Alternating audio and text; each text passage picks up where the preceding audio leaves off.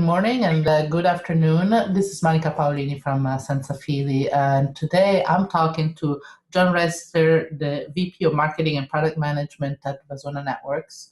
And our conversation is part of a report that I'm currently writing in collaboration with RCR Wireless News on RAN optimization and how it's changing as mobile networks are becoming much more complex and dynamics, and operators are under increased pressure to put as much content in those networks and to utilize them at full capacity. So, John, thanks for being with us today. Sure, it's great to be here. Thank you. Okay, John, let's start talking a little bit about what do you do at Vasona Networks in terms of optimizing RAN performance? Yeah, sure. I mean, as you said, the traffic continues to grow. Vasona conducts a survey annually, and one of the things about that, the results that we get from that consumer survey, is that when end users apps do not work as expected, they don't blame the app maker, they don't blame the phone maker. The most prevalent blame goes on to the mobile network operator. So it is really important that the mobile operator keep up with that ever increasing demand. Yeah, and it's particularly difficult to do that because what makes a good experience is not easy to say. It's not necessarily that easy to measure because you might have a lot of measures of how the network might appear to work very well, and yet subscribers are unhappy. That's right. Historically, the measures were very based around voice and drop calls. And then there are some control plane, whether you can attach to the network and set up a bearer in a PDP context. And really that's, if you asked an end user, do you feel happy because you were able to set up a PDP context, they're not going to know what you're talking about. But, interrupted video, browsing latency, stall time, start time on video, those are the things that they're worried about. So, Vasona, when we see the traffic looking at an individual cell on the network, what we see is that the traffic fluctuates very dramatically. You have a lot of peaks and valleys, even in the space of a minute or so. You can have a number of peaks and valleys. You generally don't have this continuous peak hour where the network is 100% slammed, utilized through that entire time. You get these spikes that go up, and during those spikes, the packets back up in the RAN, the queues fill up, packets get dropped, and that's where the latency goes up and the experience really deteriorates. So you need to look at what traffic is contending for that scarce resource on the air interface and manage that traffic together. And that's what Vasona calls RAN optimization, and that's how we tackle it. And that's a challenge because, as you said, the traffic is very spiky, but it's only at rare times in terms of percentage of the time where the network is really at capacity, because the traffic goes up and down. So if you look at the average, it looks like your average utilization is actually pretty low. You are not at capacity because you're looking at the average. But that doesn't mean that you don't have a problem, because it's the spike that creates the problem, not the average. Exactly. It's it's a real challenge because the operators try to build capacity to meet those peaks. And yet there's all these valleys in between the peaks. And when we look at even the busy hour, you see just a large amount of valleys in between these peaks. So they're chasing the peaks and having to build that level of capacity to meet that, and it's obviously a very expensive approach when your utilization. To build more capacity in a network when your utilization is really only 15 or 20 or 25%, it's a shame to have to spend all that money on the capacity. Right. So how can you help operators to deal with this issue? Yeah, so what Vasona does is we manage the traffic in the peaks so that we can balance it out. We classify the traffic. So first of all, we're looking at the UEs and able to map the flows and the UEs to the specific cell, sector, and carrier that they're in. So we know exactly who is and which flows and which applications are contending for the resources in the cell, and then we essentially statistically multiplex those together so that instead of peaks lining up and getting these big spikes that drive the huge latency, we really make it, instead of the peaks lining up, we make them mesh together. So we manage the peaks and can provide, maintain low latency through the peaks and keep the bit rate of the interactive type services high through those peaks. And then we fill in the valleys, with the background updates and all those things that your phone does when you're not even paying attention to it. Yes, and now when you're doing this, all this processing is done close to the edge in the RAN, and a lot of other traffic management solutions tend to be more in the core. Why do we need to do this in the RAN? Yeah, so if you can't see which users and which services are contending for that resource, you can't actually manage that contention. If you're in the core, and if you're on the GI interface, which is where the internet interfaces to the core, you're seeing at that point thousands of cells and all the users associated with that, and you're not mapping that in real time. The speed of congestion, the speed of the onset of congestion is really astonishing. You can go from a cell that is, has low latency and is delivering very well, and then, within a matter of a few hundred milliseconds, you can have packets backed up, latency shooting up, and have those bad experiences occur. So you have to be close enough to the edge to see who is contending for resources, to understand those trade-offs, and then be able to react quickly enough to manage those spikes. Right, and it's not just who is using, but what is that they're doing, and so it's very much a real-time effort to understand what goes on at each time with specific users and what they're doing, because the requirements, the transmission requirements of video call, voice, or browsing or big downloads are completely different, right? Exactly. So we have to classify the traffic types, and of course, it's important to be able to handle encrypted traffic. There's the recent trend of HTTPS. Virtually all the video now, I'd say 80–90% is now HTTPS video, or percentage of the video that is HTTPS is around 80–90%. So you really have to be able to classify that into those types, and then be able to manage it. Essentially, each application type has a different need, a different perception. It's a human perception of the quality of experience. Video needs a very steady and predictable bit rate.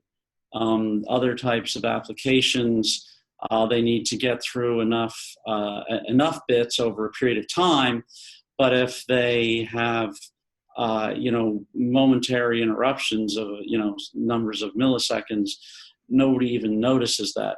So and it's all about the perception of that quality of experience.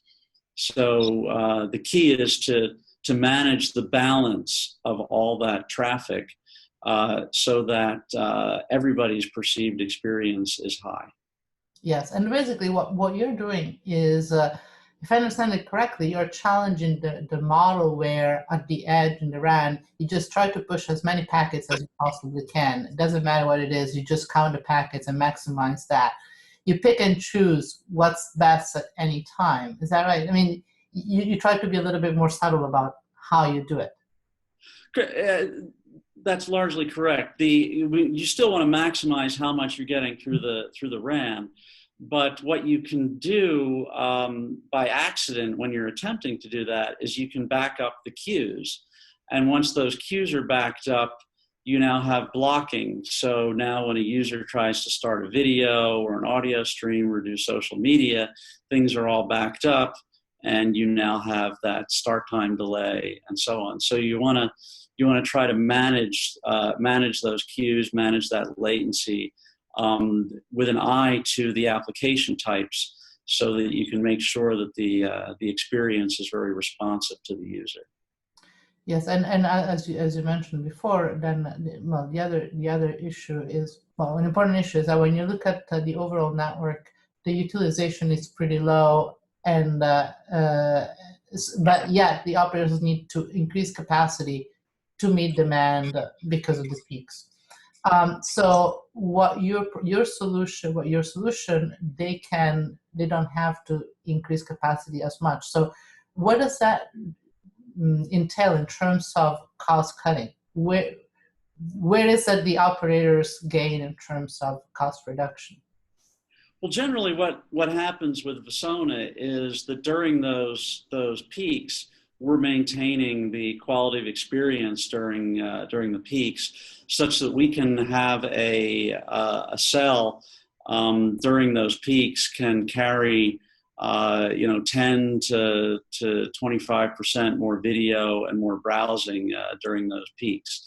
So because of that, the operator will not have to invest in capacity to meet the absolute peak demand.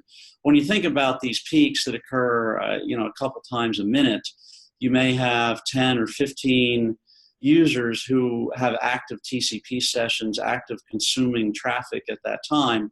And when you have those peaks, you're creating bad experiences, for all those users. And as those peaks occur more often, as traffic rises over time, that happens more and more frequently, and you're creating all these bad experiences.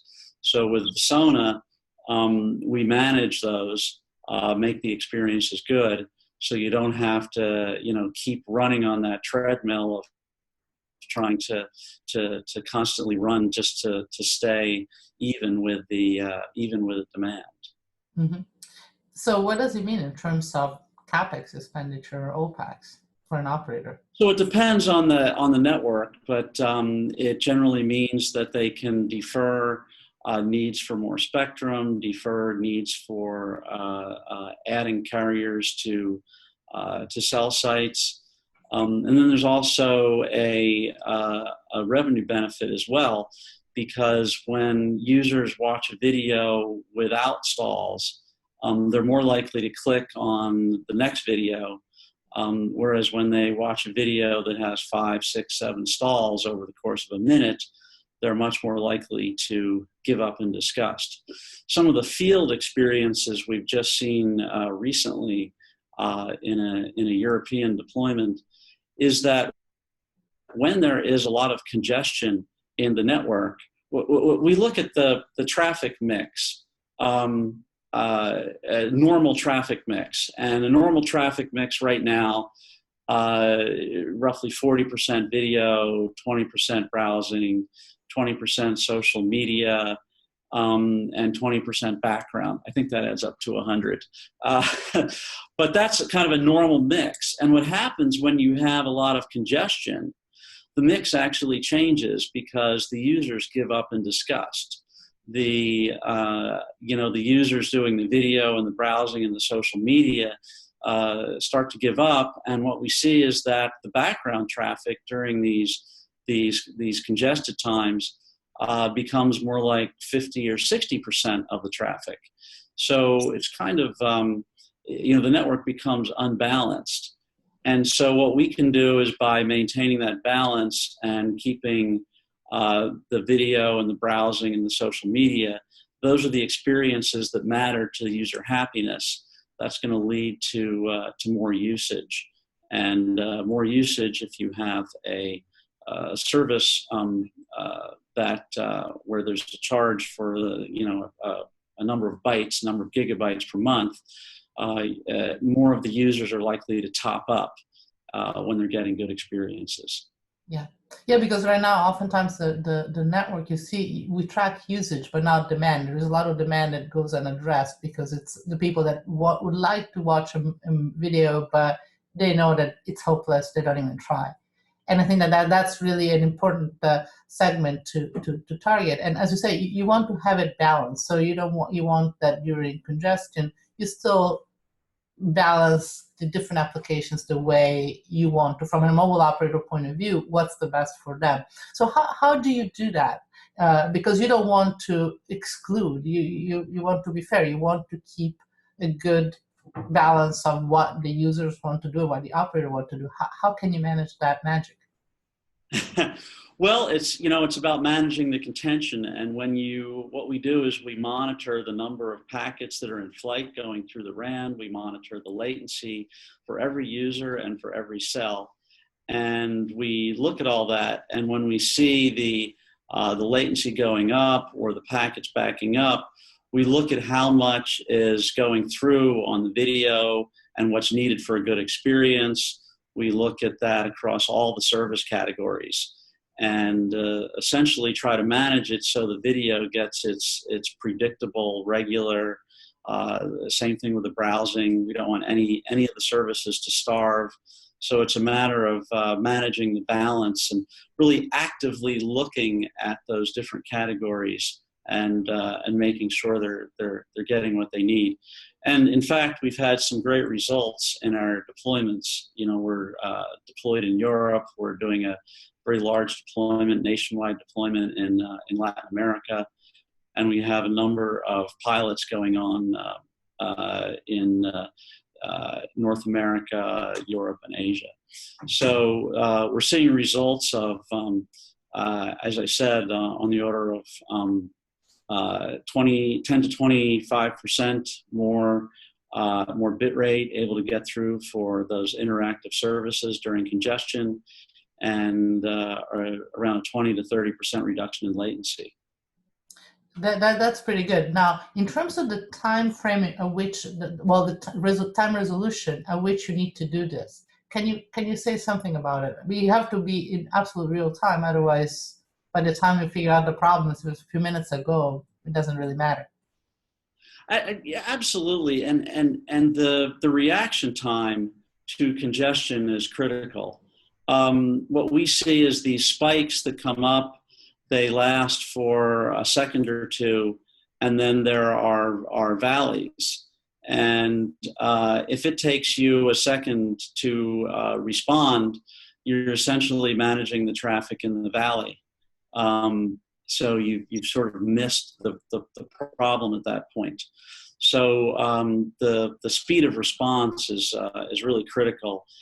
And Vasona, because we're integrated with our smart air solution sitting close to the edge, we're able to respond within milliseconds to the onset of congestion. Mm-hmm. So a millisecond real-time solution is something that some operators might feel a little bit, how can I say, challenged, or it's a new territory for them because they're used to look at KPIs as a sort of like historical data. They're getting used more to real time. Yeah. So what are you hearing from operators? What's their reaction to this? The reaction has been really terrific. We're sort of bringing together the user experience with the cell view. The operators are largely separated with, RAN teams and core teams. And a lot of times, quality has been, focused on the core side, and on the RAN side, they're focused on power and, megahertz and so on. And what we're really bringing in is having a cell perspective at the same time as having that user quality perspective. So we're able to bring that together. Also, the place that we're located in the network is very strategic. If you tried to be right out at the edge on the cell site, there are just thousands of those sites. It's a lot of touch points. It's very difficult to manage. And so we're actually in between the RAN and the core, and we can cover, a nationwide network with, 30, 40, 50 of our smart air devices. So it's a very manageable, cost-effective deployment to solve this problem. So you have to talk to both the core people and the RAN people and get them in the same room, right? We do. They get along. That's interesting, and I mean that's actually the way you need to do, because it's an end-to-end network. It's not the sort of the era where you had the two separate. It's over. And yes, one of the things we've recently introduced is mobile packet assurance, and I've talked a lot about taking action during congestion. And that is a big focus of Vasona.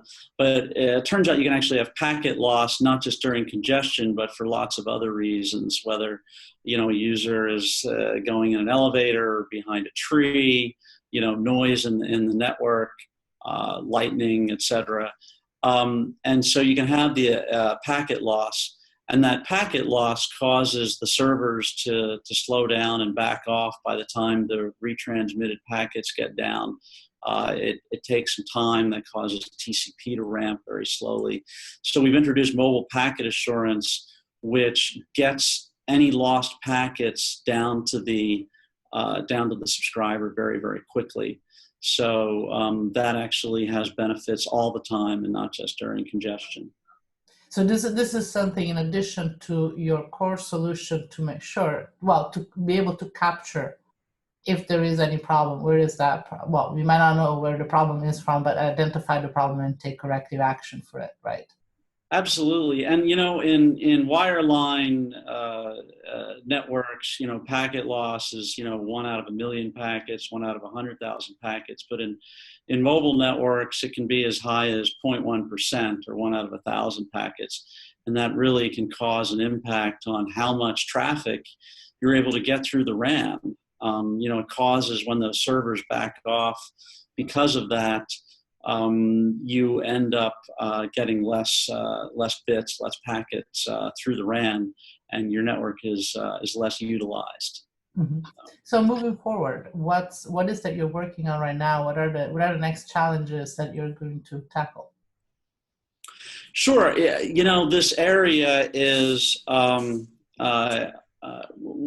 of the things in activities going on in this area is virtualization and edge computing.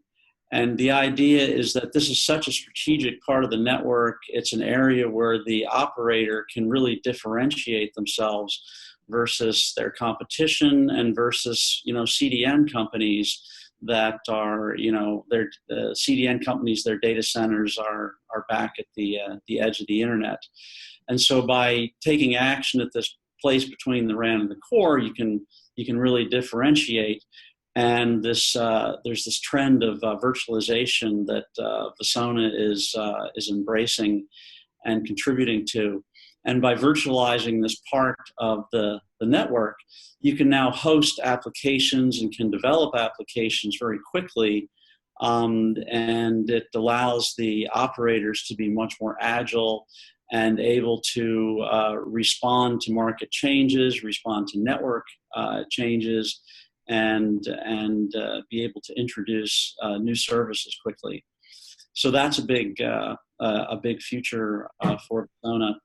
And then another area is the operators are interested in measuring and understanding much more how their network is interacting with that user experience. They've previously collected a lot of network KPIs, they've collected a lot of experience KPIs, but haven't really put them together.